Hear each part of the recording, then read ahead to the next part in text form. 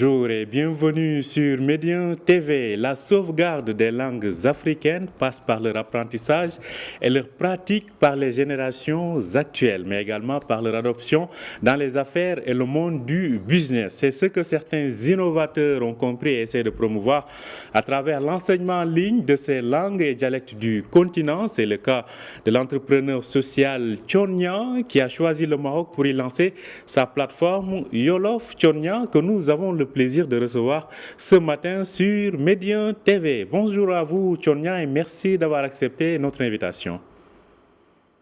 Bonjour. Alors, Merci. Tout d'abord, vous avez choisi le Maroc pour lancer votre plateforme Yolof qui est une plateforme en ligne pour enseigner la langue nationale du Sénégal qui n'est pas parlée qu'au Sénégal au passage parce que le Wolof est parlé en Mauritanie, au Mali, en Gambie, entre autres pays de la sous-région ouest africaine. Alors, tout d'abord, avant de nous parler de cette plateforme, pourquoi vous avez choisi le Maroc pour la lancer? Oui, le Maroc, c'est naturel parce que la philosophie ici de Sa Majesté le roi, de cette coopération sud-sud qui est en train de se faire partout dans le continent, le Maroc et la Côte d'Ivoire, le Maroc, le Sénégal, bon, on connaît déjà les relations bilatérales d'amitié des pays frères entre le Maroc et le Sénégal. Mais au-delà de ces relations d'amitié des pays frères, moi, ça me parle beaucoup de cette coopération sud-sud, cette coopération économique. Souvent, on travaille avec le reste, souvent du monde entier, l'Europe, les États-Unis, la Chine, etc. Mais depuis quelques années, sous son leadership, on voit la présence du Maroc dans beaucoup de pays, entre ces pays africains qui travaillent ensemble pour relever les défis économiques qu'on a ensemble. Donc, deuxième point, c'est parce qu'il y a une forte population de notre diaspora sénégalaise qui est ici, qui travaille ici. Il y a beaucoup d'étudiants en même temps, beaucoup de jeunes qui se cherchent ici en même temps. Il y a des familles qui sont nées et beaucoup de ces enfants qui sont nés ici, parmi eux, ne parlent pas leur langue maternelle. Et la même chose pour nous aux États-Unis. Je fais partie de cette diaspora qui, de cette même expérience, mon propre fils né aux États-Unis, puisque j'ai pas eu beaucoup le temps, comme beaucoup d'immigrés, beaucoup de nos compatriotes à l'extérieur, d'être avec lui chaque jour pour qu'il puisse comprendre la langue de ses parents. Donc lui aussi parle anglais, mais quand il est à la maison, quand il est en Afrique, il a des difficultés de communiquer avec ses grands-parents, communiquer ses cousins, ses cousines, etc. Et là, je cherchais toujours une solution pour léguer ce patrimoine à nos jeunes frères et sœurs et nos enfants qui sont à l'extérieur de la diaspora africaine et nos amis aussi qui veulent revenir investir dans le continent. Voilà pourquoi on a lancé cette plateforme Wolof, Yolof ici au Maroc, mais c'est pour tout le monde, c'est dans le monde entier.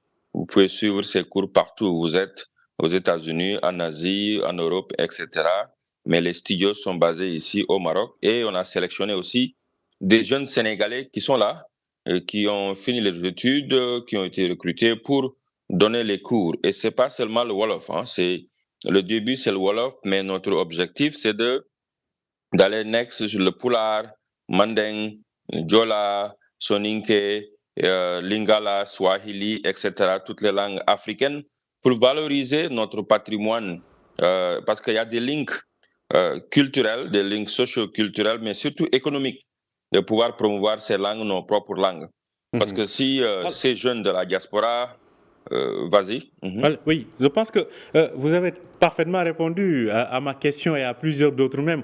Alors, cette plateforme, sur le plan technique, comment s'articule-t-elle? Parce qu'on a pas mal quand même d'initiatives dans ce sens. Quelle est la nouveauté qu'apporte cette plateforme? Quelle est la nouveauté? Bon, ce que ça apporte, c'est parce que souvent on a déjà des projets comme ça par rapport à l'apprentissage de la langue en ligne. Mais souvent, c'est la différence entre cette plateforme, c'est que c'est vraiment une classroom totally online et en live. C'est-à-dire que c'est en ligne, mais c'est pas enregistré. Et c'est l'expérience de cette classroom classique qu'on a pris, qu'on a mis en ligne. C'est-à-dire que les étudiants, c'est de 10 à 12 étudiants, et dans cette classe, ils vont se connecter avec le professeur, avec les studios, live, comme si ils sont en classroom live. Et c'est en ligne, mais c'est direct, quoi. Donc, c'est pas enregistré là où tu peux revenir et apprendre ou bien suivre de loin, mais vous prenez votre temps différemment et vous êtes seul. Mais ça, c'est vous poser les questions comme il faut. Vous participez sur la classe, et il y a les activités, il y a le professeur. C'est comme si vous êtes en classe, mais c'est live. Donc voilà, je pense que c'est une grande différence. On utilise les techs pour pouvoir promouvoir cette langue que nous avons chez nous et promouvoir ça dans le monde entier. Et on a besoin aujourd'hui de cette promotion de nos propres langues dans le monde entier, parce que regardez ce qui s'est passé avec la colonisation. Ils ont utilisé leur langue, le français, pour contrôler l'Afrique, pour euh, contrôler notre culture, nos valeurs, etc. Aujourd'hui, moi, je pense qu'à notre tour, la jeunesse africaine, aujourd'hui, les jeunes leaders africains, notre rôle, c'est de faire l'inverse. Comment est-ce qu'on peut, à partir de nos langues, s'enraciner, mais rester ouvert au monde entier? Ça veut dire qu'on peut apprendre d'autres langues, mais nos traditions, nos langues, nos valeurs, on doit les laisser à nos enfants. On doit garder ce patrimoine pour pouvoir se développer. Moi, je pense à ça et je sais que c'est un levier économique aussi qu'on peut utiliser pour développer notre continent. C'est important. Alors, vous avez donné l'exemple de votre propre fils. Vous avez aussi parlé de cette communauté subsaharienne qui est présente ici au Maroc. On imagine que ce que vous visez va au-delà de tout cela. Justement, sentez-vous qu'au sein des différentes diasporas africaines, il y a aujourd'hui ce besoin ou cette urgence de reconnecter, comme vous, leurs enfants à leurs origines linguistiques? Bah oui, moi je suis en train de voyager le monde entier avec Afro Global Connect. Je fais le tour du monde pour rencontrer la diaspora. Je n'étais pas le seul. Et souvent, quand je parle avec la diaspora, souvent même dans les conférences, partout dans le monde, là je suis en route pour Belgique. Les jeunes, mes amis qui amènent leurs enfants, me disent, ouais, si j'aurais la chance de l'amener au pays, assez de temps pour qu'il puisse comprendre ses valeurs, sa culture, ses origines, parler sa langue, ça va l'aider beaucoup plus dans les pays d'accueil. Et oui, le besoin est là et on doit aller sur des solutions, trouver des solutions pour reconnecter la diaspora. Parce que moi, je suis convaincu que le développement de l'Afrique, la diaspora doit jouer un rôle capital. D'ailleurs, même pendant les années 60, les années où on se battait pour l'indépendance, c'était la diaspora qui avait dirigé ce combat. Et aujourd'hui, le combat économique qu'on a en Afrique, de créer de la valeur ajoutée, d'amener leurs compétences dans la diaspora, dans le continent, de créer de l'emploi, donner de l'espoir à la jeunesse africaine, complètement participer sur la construction de ce continent qui est en chantier, qui a besoin de ses enfants partout dans le monde. La diaspora doit jouer son rôle.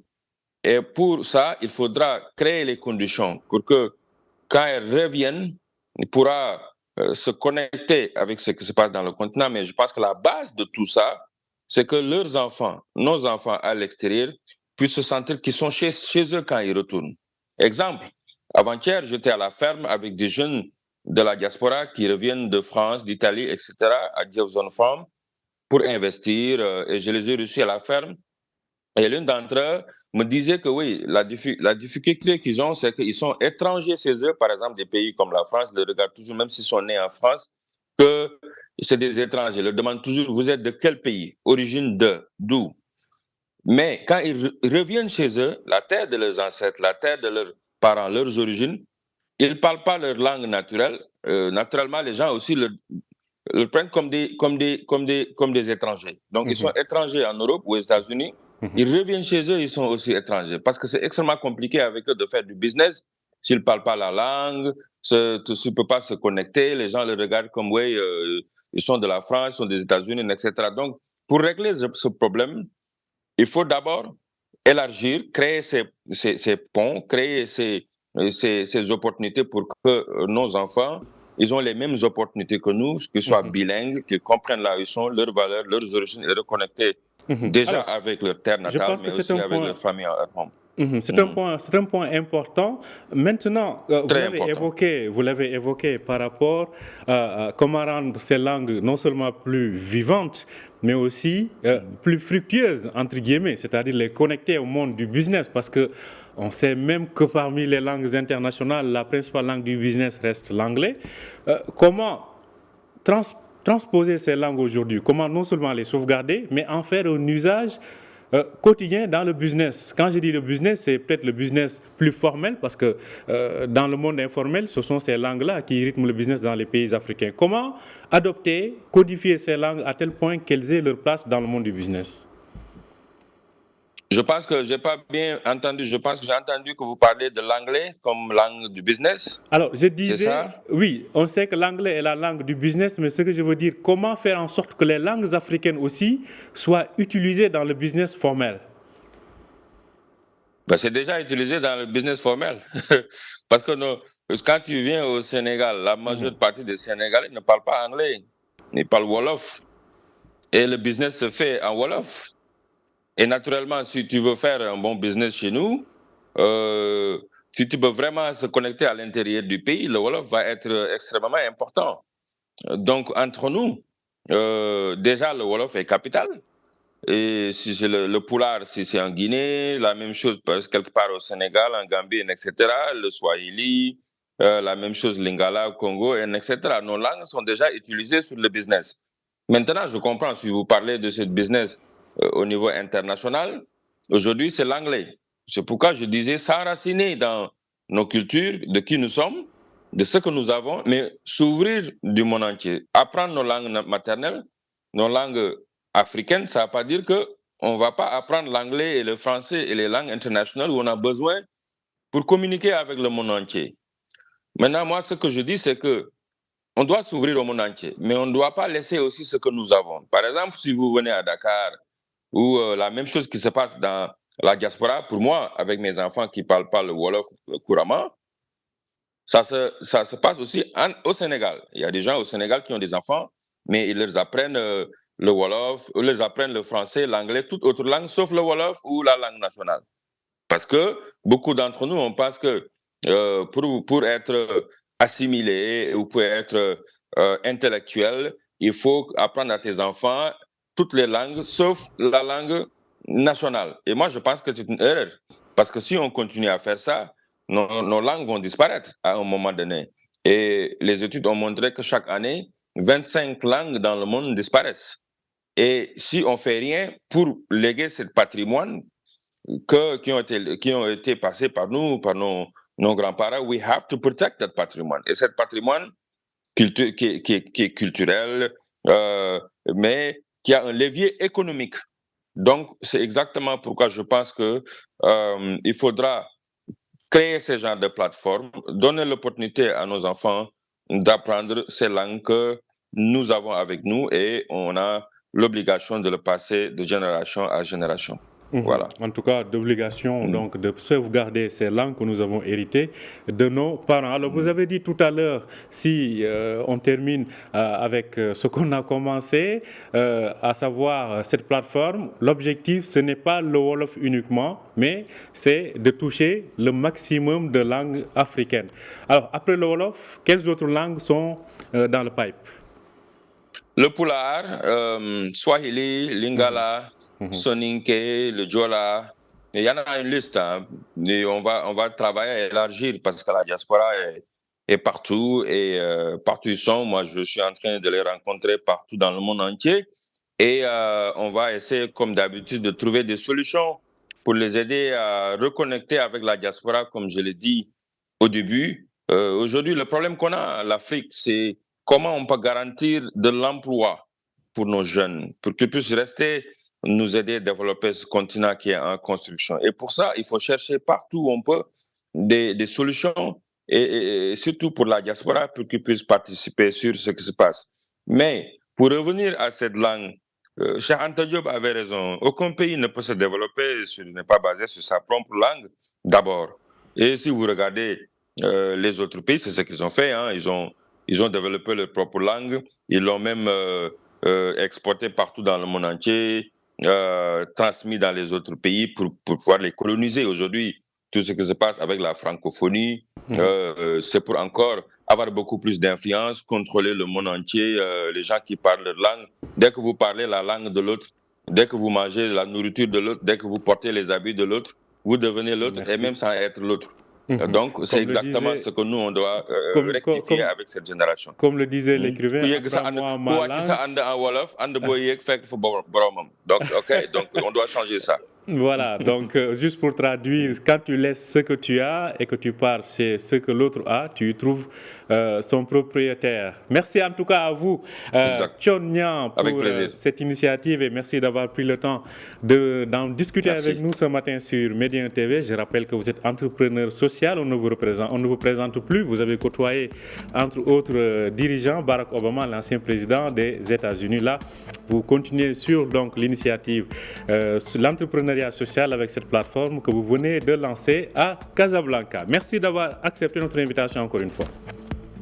Merci beaucoup et bonne journée à vous. À vous aussi. Merci à vous aussi de nous avoir suivis. Je rappelle que vous pouvez retrouver cet entretien sur notre site www.medianews.com. Bonne journée, bonne suite de programme sur Médien TV.